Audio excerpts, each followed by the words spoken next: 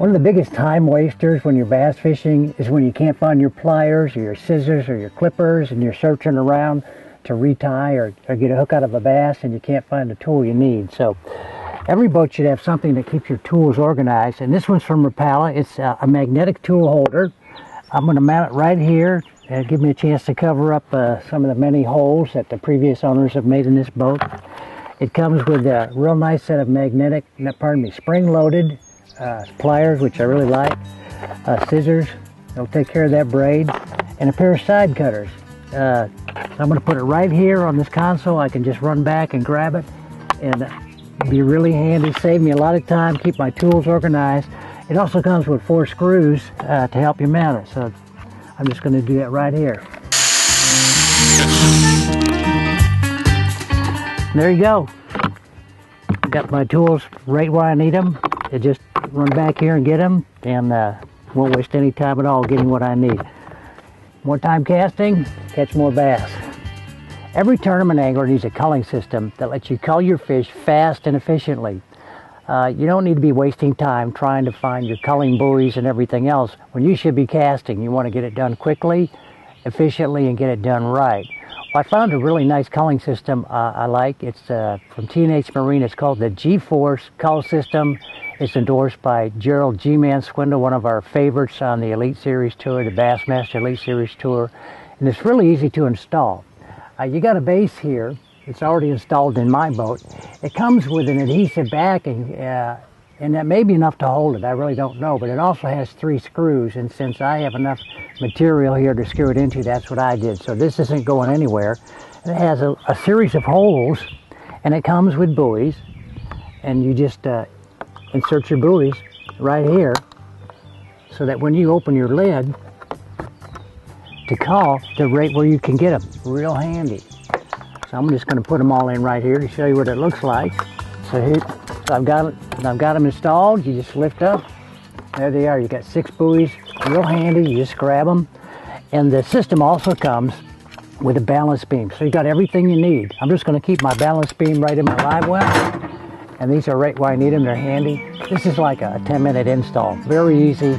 It's going to save you a lot of time. It's just a really good system. You know, we bass fishermen have thousands of dollars of rods, reels, and lures in our boat lockers. And the locks that come on your boat help, but they're not going to keep serious thieves from stealing your stuff. So today I'm going to install T&H's rod locker bar to prevent people from opening my lids. It consists of 2 very heavy-duty bars. This one slides inside the other ones, so it makes it adjustable.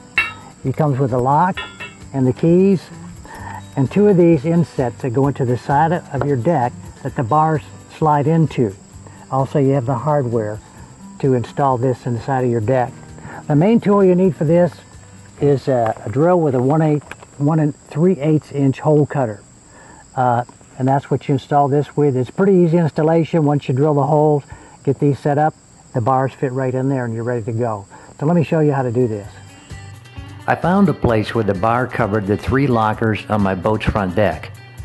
Then I marked the spot on each side of the deck where I needed to drill the holes for the aluminum bases.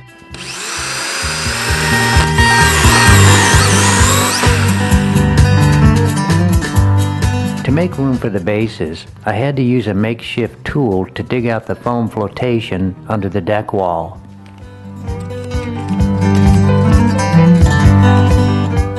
I drilled pilot holes for the screws that secure the bases on each side of the deck. Before installing the bases, I applied silicone to the holes for the screws, to the holes for the bases, and to the back of the bases.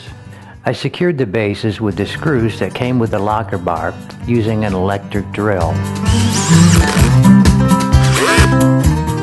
Alright, I got my insets in for the locker bar, so I just stick one end in one side, and then I pull that interior tube inside the other side, and now I put the lock through one of the holes after I get it lined up, and I just lock it up. Get a little beep that tells me she's ready to go.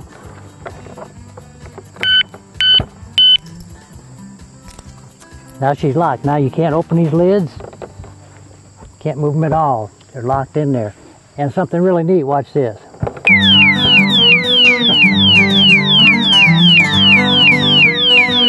Somebody tries to mess with that, you're gonna get that noise. So you got the siren in addition to the locker bar. It's a really good system. It's gonna save you losing out on $1,000 possibly at some tournament.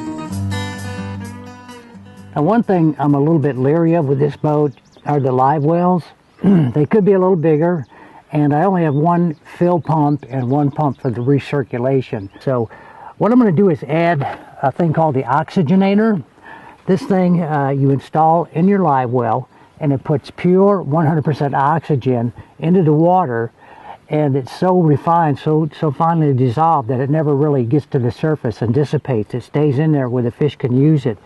TH Marine's Oxygenator kit consists of the oxygenator, an O-ring to prevent the live well from leaking, a large plastic nut that screws tightly to the oxygenator from the outside of the live well, and a small bottle of G-juice, which helps prevent bass from dying.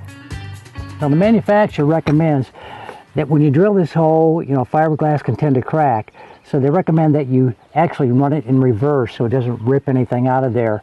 The last thing you want to do is have a fiberglass repair in your live well. I worked with fiberglass before, and it is the nastiest stuff to work with. It's a real pain, so you want to avoid that at all costs. So I'm going to follow these instructions.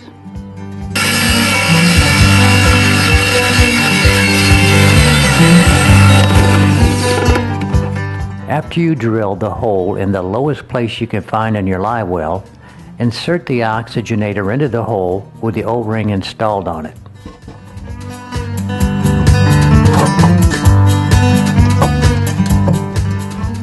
Screw the plastic nut tightly to the threads of the oxygenator that protrude from the outside of the live well.